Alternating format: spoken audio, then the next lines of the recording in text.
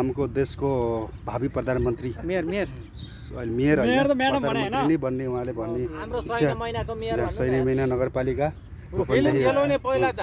त्यसपछि बाँकी यता शीर्ष नेता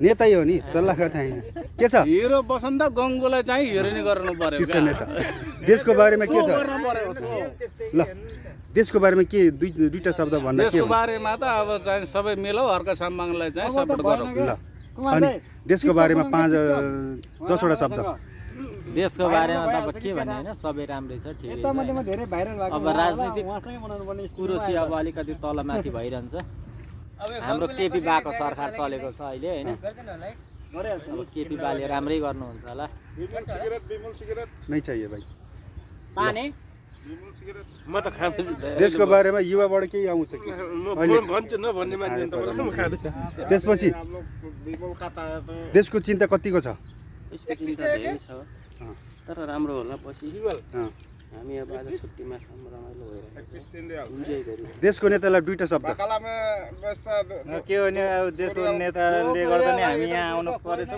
धेरै धेरै धन्यवाद अहिलेको प्रधानमन्त्रीको लागि तपाईकोबाट के छ अहिलेको प्रधानमन्त्रीको लागि के छ तपाईको दुईटा शब्द अहिले प्रधानमन्त्रीको मलाई के चिन्ता छ भन्दा त्यो स्त्रीलिङ्ग किड्नीको डेट सकिनला जस्तो लाग्छ मलाई छिटो मान्छे अलिक कोही रेडी छन् कि नै मलाई एकदम चिन्ता लागिरहेछ फेरि इमर्जेन्सी किड्नी चाहिएर भत्रकै मरे पनि के गर्ने हामीले देशको अब देशमा कस्तो खालको नेताको जो आवश्यक छ 5 वटा शब्द मलाई त बोल्न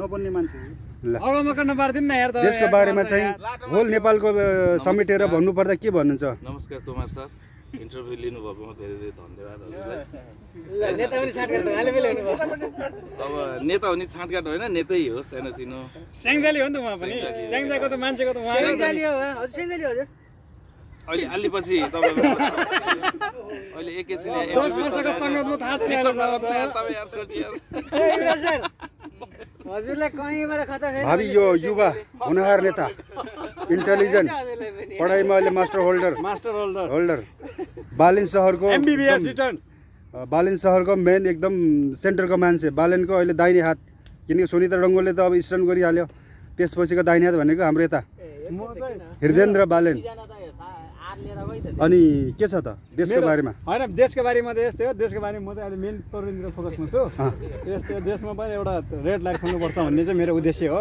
ओके त्यही हो अरु त के हुनु यस्तै हो त्यो उद्देश्य नभएर यहाँ अलिकति बिग्रिरहेछ देश सुधार्नु पर्ने छ रेड लाइट खोलेर ओके होल युवाको तर्फबाट के छ त ल आफ्नो शब्दहरू देशको बारेमा के भन्न पर्यो जो अहिले चलिरहेछ आउने दिनहरू के छ एउटा अब्जर्भ गर्न सक्यो नि त के हुने होला छ के भइदियो हुन्थ्यो एउटा युवाको नाताले एउटा विदेशमा प्रदेशमा भए पनि जाने त हामी देशमै हो हैन एकले त मातृभूमिमा जानै पर्यो त्यसको लागि के छ एउटा युवाको नाताले देशमा चाहिँ राम्रो खालको रोजगारीको व्यवस्था गर्नु पर्यो हैन शिक्षाको सुरक्षाको व्यवस्था गर्नु पर्यो हैन सबैजनाले हाम्रो राजनीतिक कुरोमा चाहिँ के हो मेरो मनको पर्सनल चाहना चाहिँ के हो भन्नुहुन्छ भने हामी जति पनि विदेशी बाहिर बसेका छौँ हामीले देशलाई माया गरेका छौँ हाम्रो मन तन मन धन भनेकै देशमा छ नेपालमा छौँ जहाँ सुकै जस्तो सुकै भए पनि हामी चाहिँ यहाँ सबैजना नेपालीहरू छौँ हैन यतिजना जति पनि यहाँ नेपाली बसेका छौँ सबै हामी नेपाली हौँ देशमा हाम्रो सुरक्षाको ग्यारेन्टी हुनु पर्यो हैन कामको ग्यारेन्टी हुनु पर्यो हामी सबैजना नेपाल फर्किन चाहन्छौँ मेरो चाहिँ म एउटा झापाली भएको नाताले केपी बाला यही हो आग्रह हैन अब मान्नुहोस् है सपोज अब देशको प्रधानमन्त्री भइहाल्नु भयो भने तपाईँ एउटा युवाको नामले नम्बर 1 2 3 प्राथमिकता के हुन्छ एउटा प्रधानमन्त्रीको नाममा है देशको प्रधानमन्त्री भइहालेछु अगर कतैबाट झुकेर भन्यो भने नभए पनि भइहालेछु भने चाहिँ पहिलो चाहिँ मेरो कुरो चाहिँ के हुन्छ भने म विदेश बसेको नाताले सबै विदेशी जति पनि युवालाई छ युवालाई कसरी रोजगार दिलाउने कसरी देशमै राख्ने भन्ने कुरो सबैभन्दा पहिलाको प्राथमिकता त्यो हुन्छ। फर्स्ट सेकेन्डमा चाहिँ के हुन्छ भन्नुहुन्छ अब झन् धेरै भाषण दिनुहुन्छ अब भने तिनीहरूले बिगारेर धन्यवाद। फेरि अर्को भ्लगमा हुन्छ। अनि हाम्रो यत्रो जान शीर्ष नेता हँसाएर मान्नु सपोज प्रश्न गर्छु मैले तपाईँलाई, सपोज तपाईँ प्रधानमन्त्री भइहाल्नु भयो भने तिनवटा शब्द के गर्नुहुन्छ खास गरी युवालाई फोकस अनि देशको लागि? मैले त फर्स्टचोटि त अब भ्रष्टाचारीलाई कराप झराप पारेर तिनीहरूको चाहिँ चलअचल सम्पत्ति चाहिँ नि राज्य कोषको ढुकुटीमा राखेर चाहिँ नि प्रयास गर्छु कुरा सही होइन। त्यसपछि चाहिँ नि युवाहरूलाई सशक्त चाहिँ नि जागरुक गराउँछु कि आफ्नो देशमा बसौ, देश बनाऊ, आफ्नो चाहिँ खर्या होइन खर्यानहरू चाहिँ नि बरु कुटो कोदालो गरेर भए पनि खाने चाहिँ नि त्यसको चाहिँ उ गर्छु के अरे। बाँकी त बिस्तारै हुने कुरा हो। बाँकी एक गिलास खाने अनि हामी अनि त्यसपछि हाम्रो हुनुहुन्छ हाम्रो विकास सर, उहाँ पनि एकदम देश विदेश पुरै खाएर बसेको।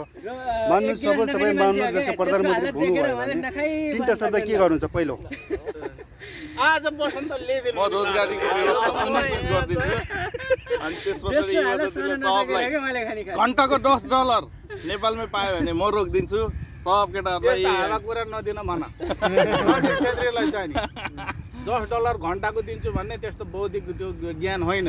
यहाँ यति बरु इन्टरभ्यु दिनको हुँदै डिस्टर्ब $10 भयो दिन्छु है भने साथीहरु। नि सबै युवाहरू अब बस्छन्। हामी अहिले यतातिर चाहिँ कता हुँदैन। के भन्छ क्यानाडाको सहरतिर छौँ हामी। के सोच्यो ठ्याक्कै नेपालको नेपालको जस्तै रहेछ सहर। $10 राम्रो छ दिनु पर्यो भने अनि कुमार सरलाई चाहिँ एकदम धन्यवाद बधाई छ। ल तपाईँलाई छोड्नुहोस्, देशको कुरा छोड्नुहोस्। भोलि भने रूपन्देही जिल्लाको सैनव नगरपालिकामा अगर तपाईँ उच्च नेता भयो भने त्यसको लागि प्रथम के गर्नुहुन्छ? प्राथमिकता त रोजगारी हो सबैको घर घरमा। के हिसाबले रोजगारी दिनुहुन्छ? के छ? रोजगारी गर्ने प्लान चाहिँ के छ तपाईँको भन्नु नि त? पैसा चाहियो, कल कारखाना चाहियो। त्यो अनावश्यक भ्यू टावर त्यो कालो पत्रेलाई विकास मान्दिँदैन। मैले विकास भनेको चाहिँ मैले चाहिँ त्यो लगानीबाट त्यहाँ रोजगारी मिलोस् त्यो चिजलाई विकास मान्छु। त्यही भएर म चाहिँ सकेसम्म त्यो ठाउँमा के चिज उपयुक्त हुन्छ त्यो चिज म बनाउँछु। बुटोल प्रणालीलाई सशक्त रूपमा धन्यवाद धन्यवाद। अनि त्यसपछि हाम्रो हुन्छ पोखरावासी। पोखरा आफैमा एउटा सौन्दर्य ठाउँ, नेपालकै नम्बर 1 टुरिज्म सेक्टर हो त्यो ठाउँ पनि हो होइन। अनि खास गरी पोखरालाई चाहिँ मान्नुहोस्, सपोज मान्नुहोस् त्यसको प्रधानमन्त्री छोड्नुहोस्, अगर पोखराको लागि एउटा नेताको रूपमा त्यहाँ मेयर अथवा कुनै पनि मन्त्री बन्नुभयो भने पोखराको प्राथमिकता के छ? जो अहिले जो करेन्ट जो अलरेडी विकास छ टुरिज्म सेक्टरमा एकदम अब्बल छ पोखरा आफैमा। पोखरालाई के गर्नुहुन्छ? पोखरामा अब त्यो एयरपोर्ट अलिक ठाउँमा भएन, अलिक राम्रो ठाउँ हेरेर फेरि अझै एउटा सार्नु भयो। अर्को एउटा एयरपोर्ट बनाउनुपर्छ अनि देशलाई ऋण लगाएर डुबाउनु पर्छ। दिनमा नबनाउने आफ्नै पैसाले बनाएपछि अझै भित्रिन्छन् भन्ने मलाई आशा छ। ल जे होस्, खुसी लाग्यो सबैले भनौँ त। जय नेपाल, जय हो नेपाल आमा। सबैले आफ्नो आफ्नो मन्तव्य राख्नु। धन्यवाद, खुसी लाग्यो। यसैमा धन्यवाद। सबैमा चाहिँ देशप्रतिको चिन्ता छ होइन। Thank you so much for watching video. बाँकी चाहिँ अथवा तपाईँ मान्नुभयो सबै काठमाडौँको तपाईँको मुख्य केन्द्र राजधानीको भयो भने त म जान्छु तपाईँहरूको कुरा। धादिङको भन्नु न। ल विशाल जाम तरुण हेर्न। ल खुसी लाग्यो। Thank you so much for watching.